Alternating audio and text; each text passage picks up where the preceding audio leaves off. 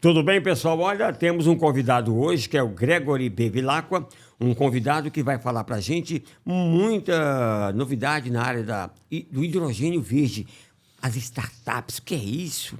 Tem tanta coisa que ninguém sabe ainda. A gente vai tentar popularizar um pouquinho essa história de startup, de hidrogênio verde no Ceará.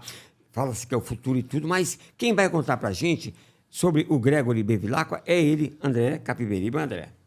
Exatamente, o Gregory Bevilacqua, que pertence à nova geração da linha de frente, que está nessa questão das startups cearenses, da tecnologia. E o hidrogênio verde se torna cada vez mais uma realidade, Eliomar. Novas formas de geração de energia, e como é bom ver que o estado do Ceará está dentre os modelos de desenvolvimento justamente nessas novas tecnologias verdes que estão chegando.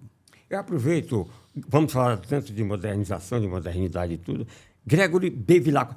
Curiosidade, esse Bevilacqua é do Clóvis, não? É da família, é da família. É tataravô do meu pai, família de Tianguá, Viçosa, daquela região ali. Quando ele chegou, ele habitou por ali. E você hoje comanda a Argotec. O que vem a ser a Argotec? Exatamente. É primeiramente grande prazer, André. Prazer. Leomar, assim, é um prazer enorme estarmos aqui falando sobre o que a gente vive, o que a gente respira, né?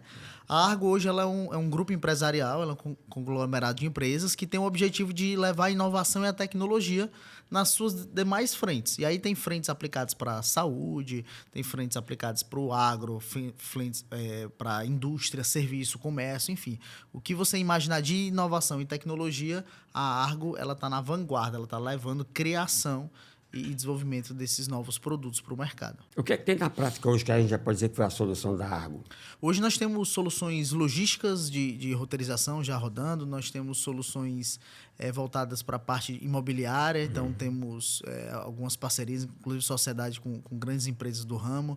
Nós temos soluções voltadas para a parte da construção civil, que já estão em prática no mercado. Temos uma pesquisa em desenvolvimento aprovada na parte do hidrogênio verde, que a gente vai falar em breve, voltado para a criação de uma membrana específica a partir da casca do camarão e do caranguejo. Aí são vários bons produtos aí no mercado, já rodando, faturando com vida própria, né, que já estão em produção. E de se frisar, Gregory, Eliomar, que o Ceará tem tradição, Fortaleza como capital e o interior do estado, tem tradição de turismo e de serviço, e de empresas que acabaram e são sempre muito bem-vindas e se instalaram aqui no nosso estado através de benefício fiscal. Mas como é bom a gente ver, dentro de um pouco tempo para cá, a ciência começando a ser feita pela essa nova geração, as novas gerações, e você que vem do ensino técnico, passando por escola técnica, passando pela nossa Universidade Federal do Ceará. E como é bom ver também, Eliomar, o incentivo também de empresários, não vou dizer da velha guarda, porque o Beto Studer está aí mais ativo do que nunca, né? Mas de empresários mais consolidados, com mais trajetória, com mais caminhada, incentivando justamente essas novas tecnologias que estão surgindo, e, sem dúvida alguma, o incentivo do empresário Beto Studer é muito bem-vindo, até porque o Beto vem da Agropec, né, que já tem toda uma experiência, um know-how nessa questão agrária. Perfeitamente. Eu venho do seio da academia e a gente entende a importância da ciência, da academia, né, para a nossa civilização, para o nosso estado de forma específica.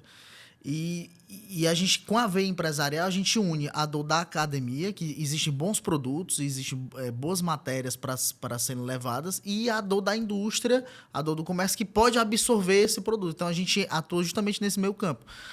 Usando a academia como gerador de bons produtos, a partir dos pesquisadores, aí temos vários doutores, mestres, PhDs na nossa empresa, criando essas soluções para que elas sejam angariadas, sejam recebidas pelas empresas já consagradas, empresas que já são que já dominam o mercado, que naturalmente essas empresas elas precisam de uma atualização e uma inovação no seu modelo de negócio, porque senão fica para trás, isso é natural, né? Como qualquer... Você falou aí na FINEP, Financiadora de Estudos e Projetos, né, do Governo Federal.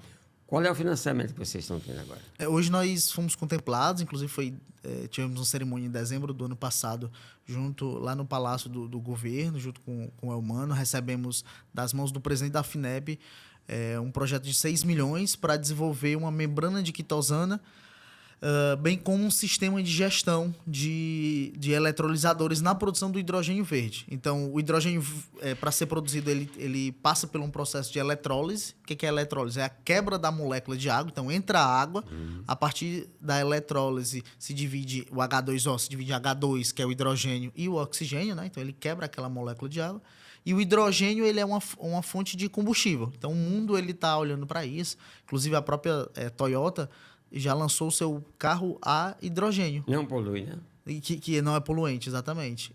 Então, está substituindo a gasolina pelo hidrogênio, né? E existem algumas pesquisas que, inclusive, dizem que o carro a hidrogênio ele vai ser muito mais rentável financeiramente e mais aceito pelo mercado do que o próprio carro a eletricidade, a bateria. E essa quitosana aí que você falou? E aí a quitosana ela fica dentro do eletrolisador, ela é uma peça fundamental, é uma membrana ali que vai fazer que faz essa divisão, que ajuda nessa separação. Hoje a mais comum no mercado é uma canadense, né, que existe um custo muito elevado. E o nosso produto aqui é para desenvolver a primeira membrana nacional, né, com base em camarão e caranguejo. Né? Camarão, e o Ceará produz muito. Aí você vai lá no Chico do Caranguejo na quinta-feira e ainda ajuda. E o camarão serve para isso. Exatamente. A quitosana ela é derivada dos crustáceos, da casca dos crustáceos. E já tem perspectiva de chegar ao Brasil, chegar ao Ceará, essa tecnologia? Está sendo desenvolvida aqui, né? Já está em desenvolvimento. Já está em aqui. desenvolvimento. Começamos em janeiro o desenvolvimento, né? A ideia é que nós possamos concluir em junho de 2026, são 18 meses.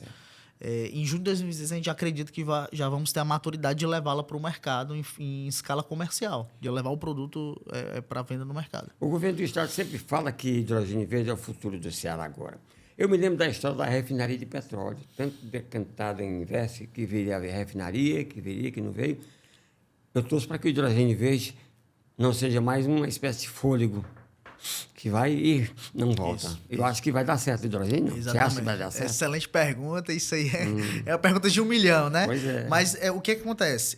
Existe um termo chamado P&D, que é pesquisa e desenvolvimento, né? A pesquisa, ela tem seus riscos. Não se há uma garantia de que aquela pesquisa ela vai se dar bons frutos, né?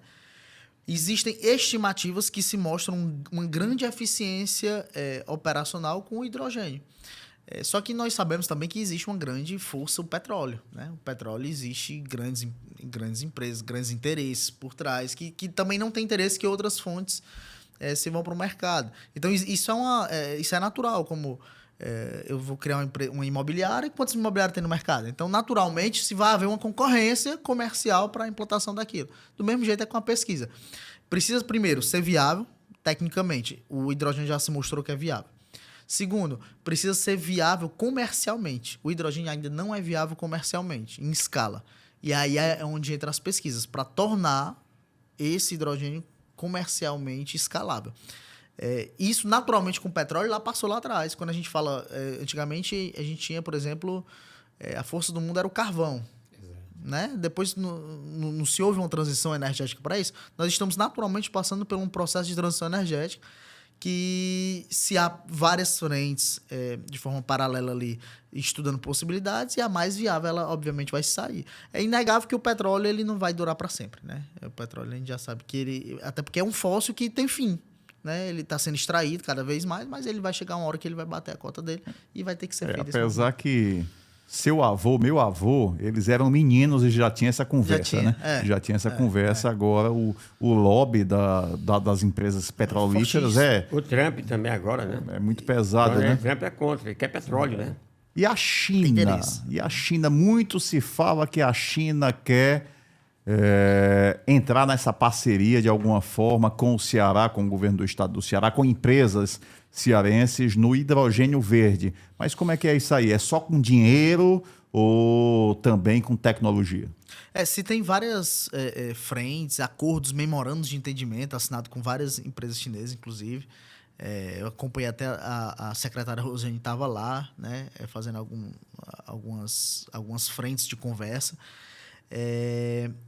Só que assim, hoje o Ceará está estrategicamente, geograficamente bem localizado mediante ao mundo. Por quê? Porque nós temos uma grande matriz limpa de energia, né? Hoje, mais de 80% da nossa matriz energética, Só energia ela é limpa, né? Solar, ela é eólica. Então, acaba que isso é vantajoso, porque o hidrogênio por si, se ele for produzido a partir de uma energia que vem de uma fonte não limpa, ele não é verde.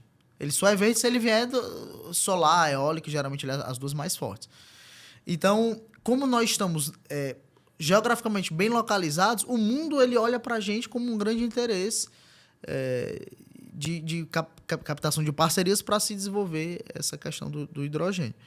A gente só precisa ter muito cuidado para não ser um novo escambo, né, dos vidros, dos espelhos lá, né? Então a gente tem que ter muita maturidade, por isso que é importante que a gente invista, e aí as grandes instituições do nosso país, né, de forma específica o MCTI, o Ministério de Ciência e Tecnologia, ele está investindo muito nessa pesquisa, através dos seus agentes, como a própria FINEP, em desenvolver tecnologia onde nós estaremos na vanguarda, onde a gente não vai depender de terceiros e nem vamos nos vender barato para terceiros para poder ceder nossa tecnologia aos produtos que aqui foram gerados e que, de fato, nós estejamos no topo da onda e não sendo apenas meramente levados por uma potência dessa como a potência chinesa. E nós né? estamos... Os governos aqui discursam de que o Ceará, que é a ponta de lança do Brasil hoje no hidrogênio verde, é verdade? É verdade, é verdade. Obviamente, por exemplo, tem a ZP ali de Luiz Correia, o Piauí ele fez um acordo muito forte do investimento estrangeiro, mas existem esses fatores que nos levam a estar na ponta. Temos muitos bons projetos rodando, já temos empresas com mais de 20 acordos de memorando com a ZPE, a zona portuária ali do PE100. Então, se há uma centralidade aqui para o Ceará, que obviamente existe maturação, porque existe dinheiro, né? São milhões e milhões de dólares que já estão sendo previstos para ser investidos. Então, está sendo feito esse arcabouço, que não é do dia para a noite, a gente sabe, que também as empresas estão segurando um pouco para ver como é que é o movimento do mundo mediante essa tecnologia. O que a gente precisa agora é colocar em prática. E aí, falando da Argo, né, o nosso instituto, o Instituto Argo, que é uma das nossas empresas do grupo, ele tem esse propósito, de transformar cases, pesquisas da academia em cases real de prática no mercado. Por isso que nós queremos vender esse produto em junho do próximo ano. Por quê? Porque muita gente fala de hidrogênio, mas o que você tem concreto? Pouca coisa. Então, nós estaremos na vanguarda trazendo, olha, nós temos a primeira membrana para a produção de hidrogênio nacional, brasileira, cearense, feita de casca de camarão e de caranguejo. Né? Então, transformando em algo concreto uma pesquisa de academia. Da onde está vindo o dinheiro para um investimento nesse projeto? Está vindo do governo federal, de governos estrangeiros, de um pool empresarial? Quem está investindo nisso aí? Esse projeto específico tem dois investidores. O primeiro é o governo federal, FINEP, através da FINEP, né? MCTI e FINEP. Existe o FNDCT, que é o Fundo Nacional de Desenvolvimento Científico e Tecnológico, para pesquisa e inovação. Então, o primeiro é esse. E o segundo é capital próprio desse grupo empresarial, que a gente chama de Grupo Argo. São investidores que têm interesse, obviamente, pensando lá na frente em ter um retorno financeiro sobre os produtos aqui E desenvolvidos. nesse cenário, a ZPE está ajudando a Zona de Processamento de Exportações? Ela tem condição de ser esse abrigo mesmo? Ou só fica aquela australiana lá operando, a Fresqueen, né? Fortescue, né? Fresqueen, pois é. Atualmente, nesse projeto específico, não. A gente não tem parceria com a ZPE. Mas, obviamente, quando nós falarmos de exportação e importação, aí a gente vai abrir um canal de comunicação para se ver incentivos sobre tributos e tudo mais. Você citou agora há pouco o governador Eumano, o senador Cid, também um grande entusiasta, né, da questão do hidrogênio verde. Inclusive, ele está na linha de frente no Senado Federal, no Congresso Nacional. E já está se discutindo contrapartida por parte do governo do Estado para incentivo ao projeto? O governo do Estado ele teve um papel fundamental nessa captação da FINEP, porque a FINEP ela é uma agência para todo o Brasil. Né? Então, se há uma necessidade do governo se mostrar os bons projetos que estão aqui para se há uma atenção melhor mediante aos projetos, como eu já falei, geograficamente a gente está muito bem localizado, então vale a pena que haja um incentivo a mais, né?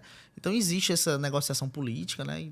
Que o Eumano foi, obviamente, fundamental, bem como o Inácio, que está lá no MCTI. São peças que Secretário Inácio Arruda. exatamente. Né? São peças fundamentais que acabam ajudando muito nessa captação de recursos. O né? Congresso, Inegavelmente. o Congresso ajudou na legislação toda? Está tudo resolvido nesse ponto? Ou falta alguma coisa? Saiu um marco regulatório agora, né? Pois é. Então já está ficando bem mais maduro juridicamente para que a gente possa estar operando e estar desenvolvendo bons produtos. Né? Então ajuda muito o Congresso.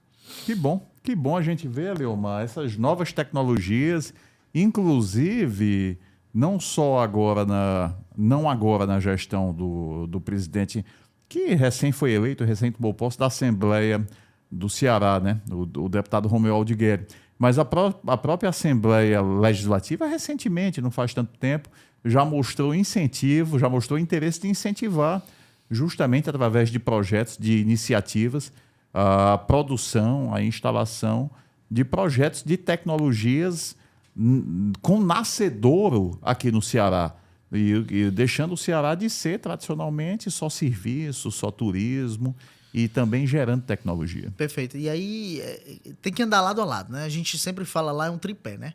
A gente entende a esfera pública, a gente entende a esfera acadêmica e a gente entende a esfera empresarial. A gente entende que se esses três estiverem em harmonia, caminhando junto no mesmo propósito, aí eu vou dizer, cearense vou pedir licença da palavra, é invocado, né? A gente consegue realmente fazer acontecer. A esfera acadêmica está ajudando mesmo. E demais, né? Demais. Aí que eu queria até saudar o professor Enio Pontes, né? É o professor doutor da Universidade Federal, onde é fruto da pesquisa dele, essa questão da membrana. Ele é conselheiro nosso no Instituto e ele tem um papel fundamental aí nesses bons projetos. Inclusive está agora em Portugal, palestrando num congresso, falando sobre essa inovação que aqui foi desenvolvida, né? A nossa federal, que lá atrás, não tão distante, já fez tantas pesquisas, né, na questão do couro da tilápia, né, para curar a queimadura, do capacete elmo, que um médico cearense, Dr. Marcelo Alcântara, mas juntamente com o alto gabarito da Universidade Federal, do Senai ajudando, do Senai ajudando, e agora ver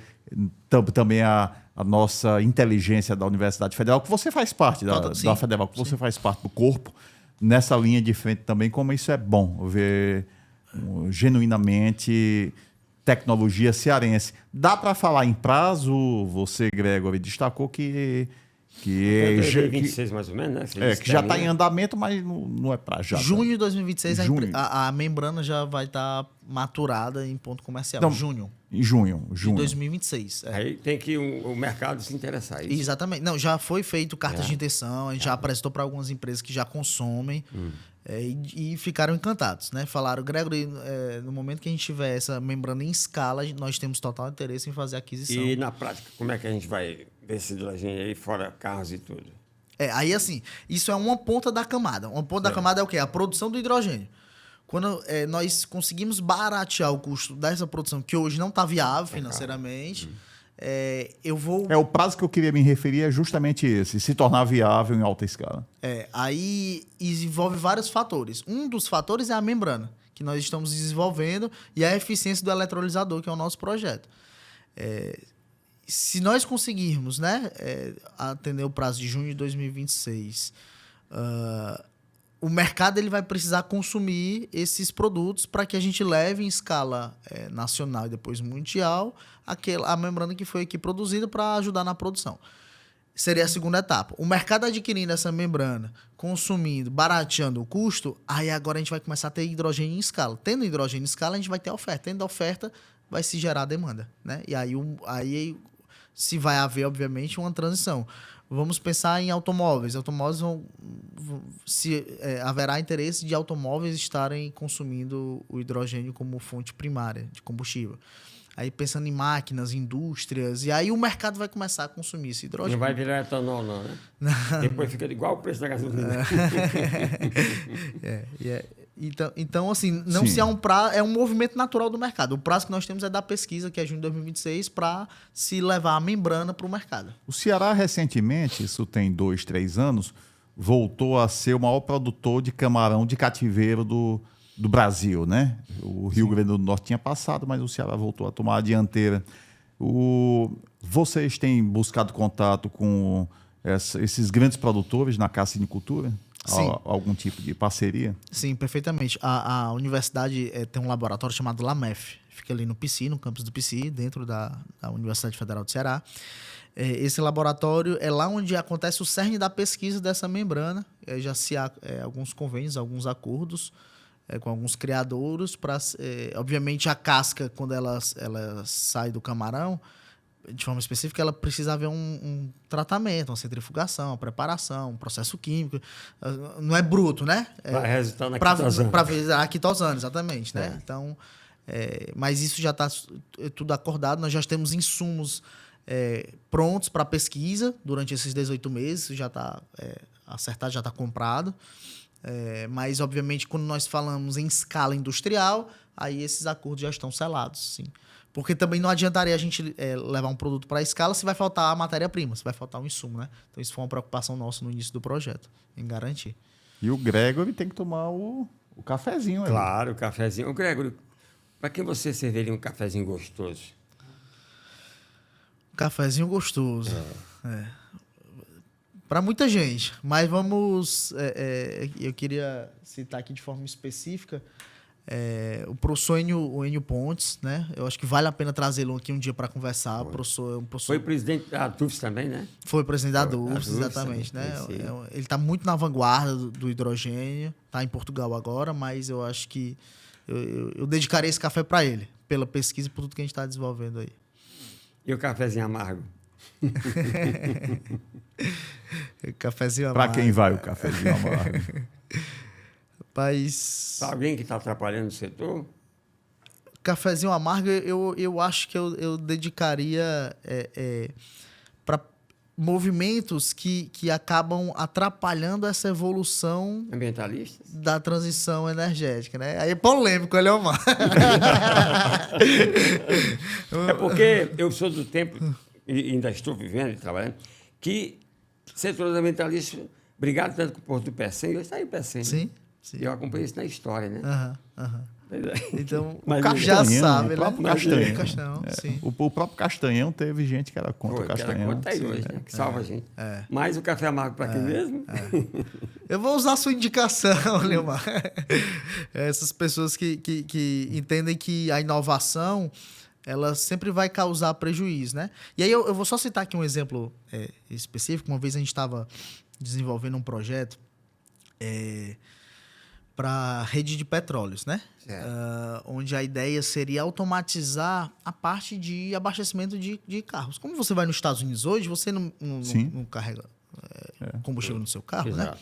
Então, a gente estava desenvolvendo um projeto de automação onde o próprio cidadão faria isso. Nós recebemos uma pressão enorme para barrar esse projeto, porque iríamos desempregar determinadas quantidades de frentistas que hoje atuam no mercado, né? E aí a gente foi para a argumentação, a gente falou, não, veja bem, olha, esses frentistas, eles podem fazer outros trabalhos mais qualificados do que fazem hoje. Eles podem fazer controle de estoque, eles podem fazer... você pode otimizá-lo numa parte mais de administração, de pensar em promoções, incentivos e cuidar do espaço. Enfim, aí você abre outras frentes, né? Aí se há duas perspectivas. Existe aquele que olha a inovação como algo ruim, que vai desempregar pessoas, e aí a gente está vendo com a inteligência artificial agora o movimento que está acontecendo. E existe quem usa da inovação para criar oportunidade de novos negócios. A gente precisa entender que o movimento de inovação ele vai acontecer, a gente querendo ou não. Exato. A gente vai estar onde? Na onda? Em cima ou embaixo, né? Se você pegar, por exemplo, datilografia, não existe mais datilógrafo. Eu era um bom datilógrafo. Não existe esse cargo, não existe mais. Por quê? Porque a inovação ela superou isso, né? Então, naturalmente, quando a gente fala de transição energética, dessas inovações, naturalmente, o mundo ele precisa se atualizar. O mundo pede por isso. Se você é contra essa barreira, o que você está fazendo é só prejudicar um movimento que ele vai acontecer de uma hora ou outra, né? Então, temos que ter muito cuidado em relação a isso. E me corrija se eu estiver errado, você citou aí que nos Estados Unidos é bem comum, muito mais do que aqui, naturalmente, essa questão de carregar um carro numa tomada, em um ponto qualquer. Sim. E essa nova tecnologia, através do hidrogênio, aí sim, é uma energia limpa, porque uma energia que dos carros elétricos, essa não é energia limpa, coisa alguma, né? Exatamente. Aí depende da matriz, né?